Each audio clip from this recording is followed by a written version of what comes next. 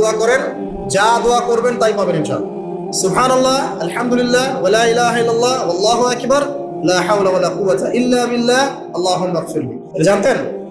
জানতেন না? তো এই দোয়াটা হচ্ছে দোয়া কবুলের অস্ত্র। ঘুম থেকে ওঠার পর যদি এই দোয়াটা করে দোয়া করেন, ইনশাআল্লাহ দোয়া কবুল হয়ে যাবে ইনশাআল্লাহ। আমাদের জীবনে চাওয়া পাওয়ার কি অভাব আছে? প্রচুর চাওয়া পাওয়া। বৈধ চাওয়া পাওয়াগুলোকে পাওয়ার জন্য আল্লাহর সাথে সম্পর্ক করতে হয়, আর আল্লাহ পাকের সাথে সম্পর্কে কিছু ওসিলা মাধ্যম লাগে।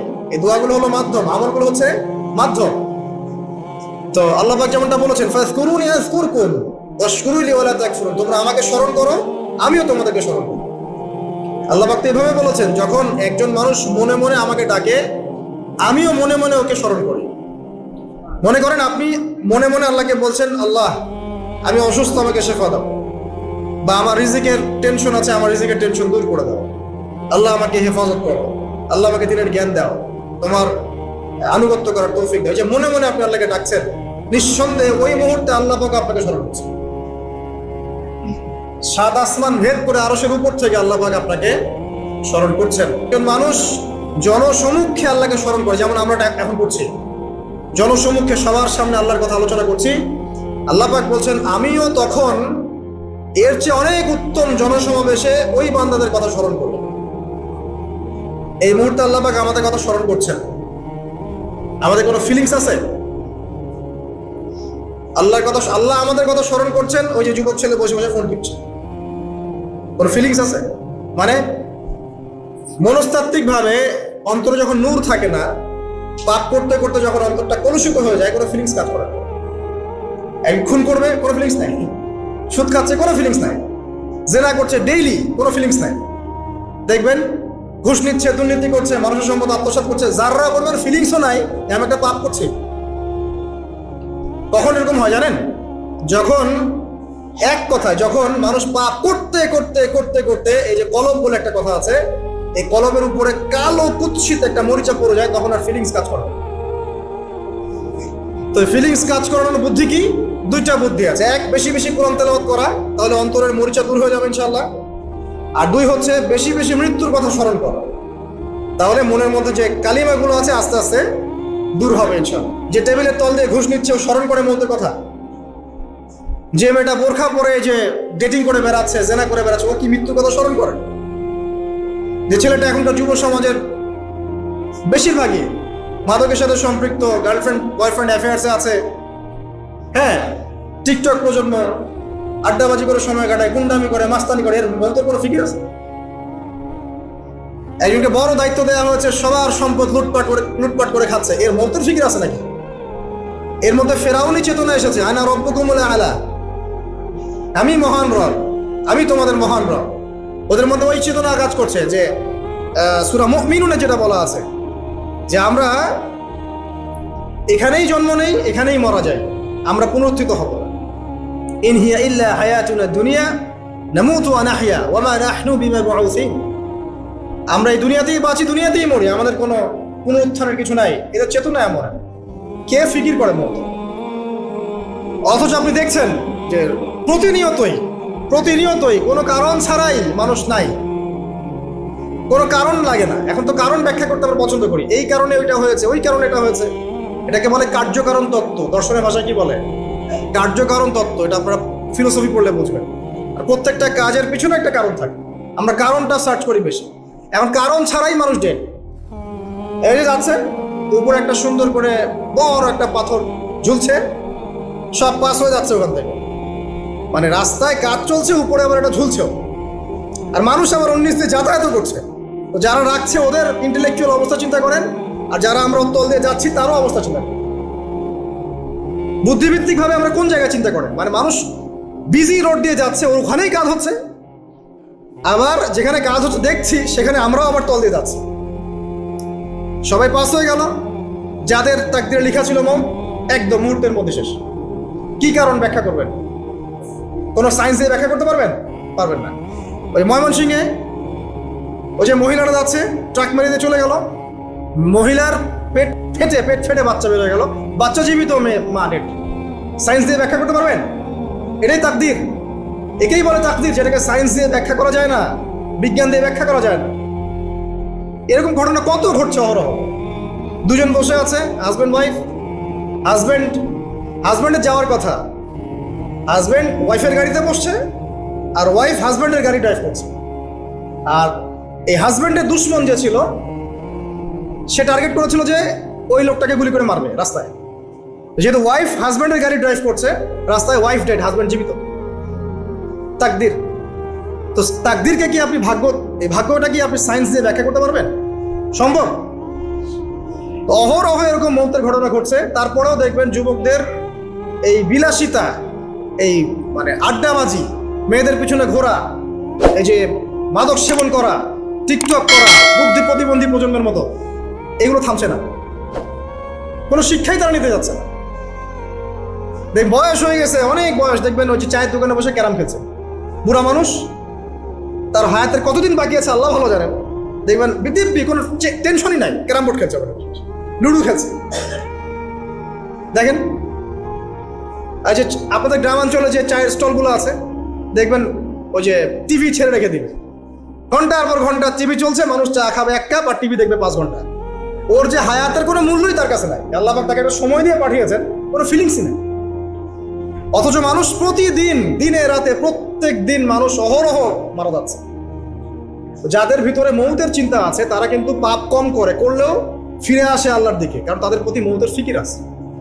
আর যাদের মৃত্যুর কোনো চিন্তা নাই, তারা এই রাজনীতি বলেন, অর্থনীতি বলেন, সমাজনীতি বলেন, আর এই পরিবার আর ধর্ম বলেন, সমস্ত ক্ষেত্রে পাপ করে বেড়াবে, কোনো ফিকির নেই। আল্লাহ পাক আমাদেরকে মৌতের ফিকির করার তৌফিক দান করুন এবং পরকালের জীবনটাকে আসল জেনে দুনিয়ার কাজগুলো করার তৌফিক আল্লাহ পাক দান করুন। আসেন, তো এবার আপনি শুকরিয়া আদায় করছেন, আলহামদুলিল্লাহিল্লাযী আহইয়ানা বা'দা মা আমাতানা ওয়া ইলাইহিন নুশুর। আধা ঘন্টা আগে ঘুম থেকে উঠেছেন, এখন কি করবেন? বাথরুমে যাচ্ছেন। এই বাথরুম করাটা কি দুনিয়াবি কাজ না? এই কাজটা ইবাদত হবে যদি আমি ঢোকার সময় বাম পা দিয়ে ঢুকি আর বলি, কি বলি? আল্লাহুম্মা ইন্নী আউযু বিকা মিনাল খুবসি ওয়াল খাবাইস। এখন বাথরুম করতে আপনার 10 মিনিট লাগুক আর 15 মিনিট লাগুক আর 5 মিনিট লাগুক, এই পুরো সময়টা নেকি পাবেন। সুবহানাল্লাহ। আর কি চাই? বের হব, এখন বের হওয়ার সময় কি বলবো?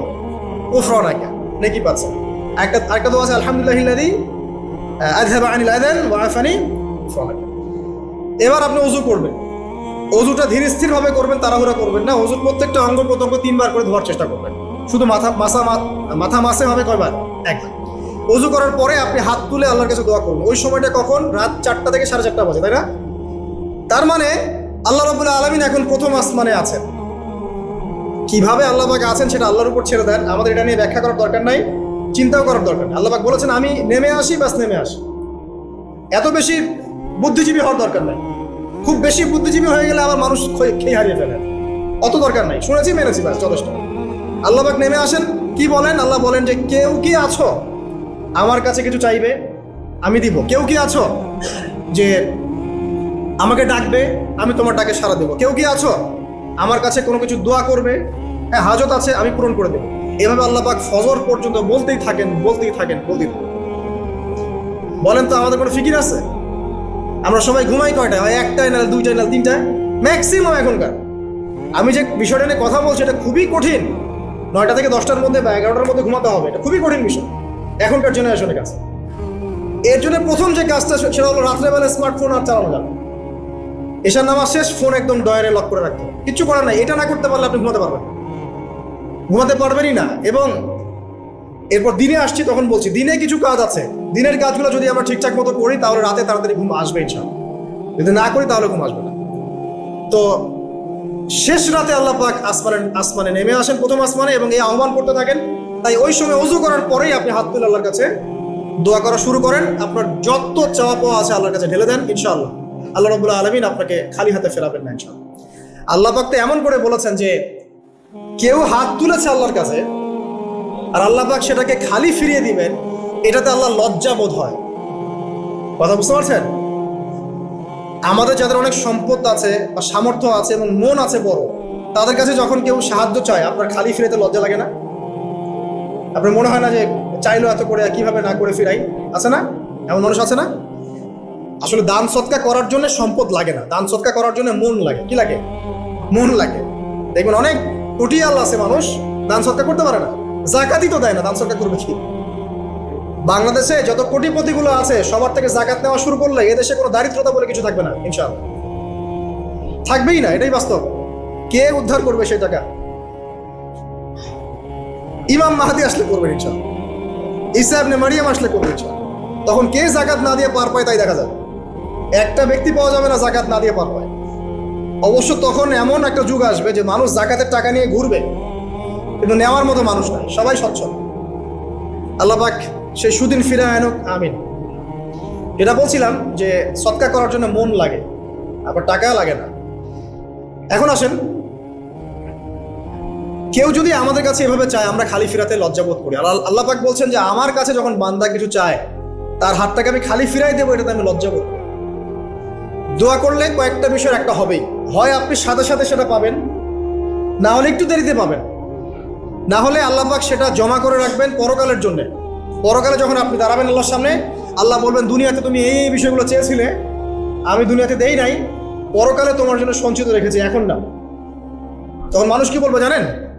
আমরা বলবো যে আল্লাহ দুনিয়াতে কিছুই যদি না পাইতাম, আজকেই সব দিতে তাহলেই হতো। তো বেশি বেশি দোয়া করার অভ্যাস তৈরি করেন, বেশি বেশি দোয়া করেন। দোয়াই ইবাদত, আর দোয়া হল ইবাদত, দোয়াই ইবাদত। দোয়া করতে থাকেন, ইনশাআল্লাহ দেখবেন আল্লাহর সাথে আপনার সম্পর্ক গাঢ় হবে। যার সাথে আল্লাহর সম্পর্ক যত বেশি গাঢ় হবে, ইনশাআল্লাহ সে তত বেশি পরকালের বাসিন্দা হবে, দুনিয়ার বাসিন্দা কম হবে। আল্লাহ পাকে নূর এবং মারিফত অর্জন করতে পারবে ইনশাআল্লাহ তাআলা। এবারে আমরা কি করব? এবার মিনিমাম 2 রাকাত নামাজ পড়ার চেষ্টা করব। রাতের সালাত 2 রাকাত পড়ে আপনি 2, 4, 6, 8, 10, 12, 20 পড়তেই থাকতে পারেন, কোনো সমস্যা নেই। কিন্তু মিনিমাম 2 রাকাত নামাজ তাহাজ্জুদ আপনি পড়ার চেষ্টা করুন। পড়া যাবে না? আর নামাজটাকে তাড়াহুড়া করবেন না, কাইন্ডলি আল্লাহর ওয়াস্তে তাড়াহুড়া করুন।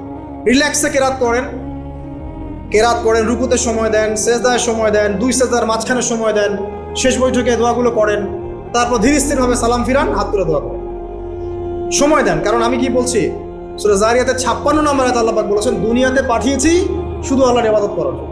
তো যে কারণে এসেছি এটাতে এত তাড়া কিসের? অনেক মসজিদে নামাজ পড়লে মনে হয় ইমাম সাহেবকে বলি যে আপনার কি পেশাব পায়খানার চাপ নিয়ে নামাজ পড়ান? এমন অনেক মসজিদে নামাজ পড়েছি, মনে হয় ইমাম সাহেবকে ডেকে একটু কানে কানে বলি যে ভাই আপনার কি পেশাব পায়খানার চাপ আছে? মানে 4 রাকাত নামাজ 3 মিনিটে শেষ, 4 রাকাত নামাজ 4 মিনিটে শেষ, এত তাড়াহুড়ার কি আছে?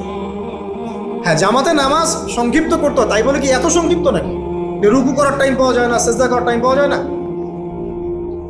নামাজে ধীর স্থিরতা এবং খুশুটা খুব ইম্পর্টেন্ট। নামাজে কোথায় হাত বাঁধলেন এটা নিয়ে তর্ক না করে, নামাজের একাগ্রতা মনোযোগ কতটুকু আসছে এটা নিয়ে তর্ক করেন। ভিতরের রুহটাই আসল, আধ্যাত্মিকত্বটাই আসল। হ্যাঁ, একজন ভাই হাত বেঁধেছে মনে করেন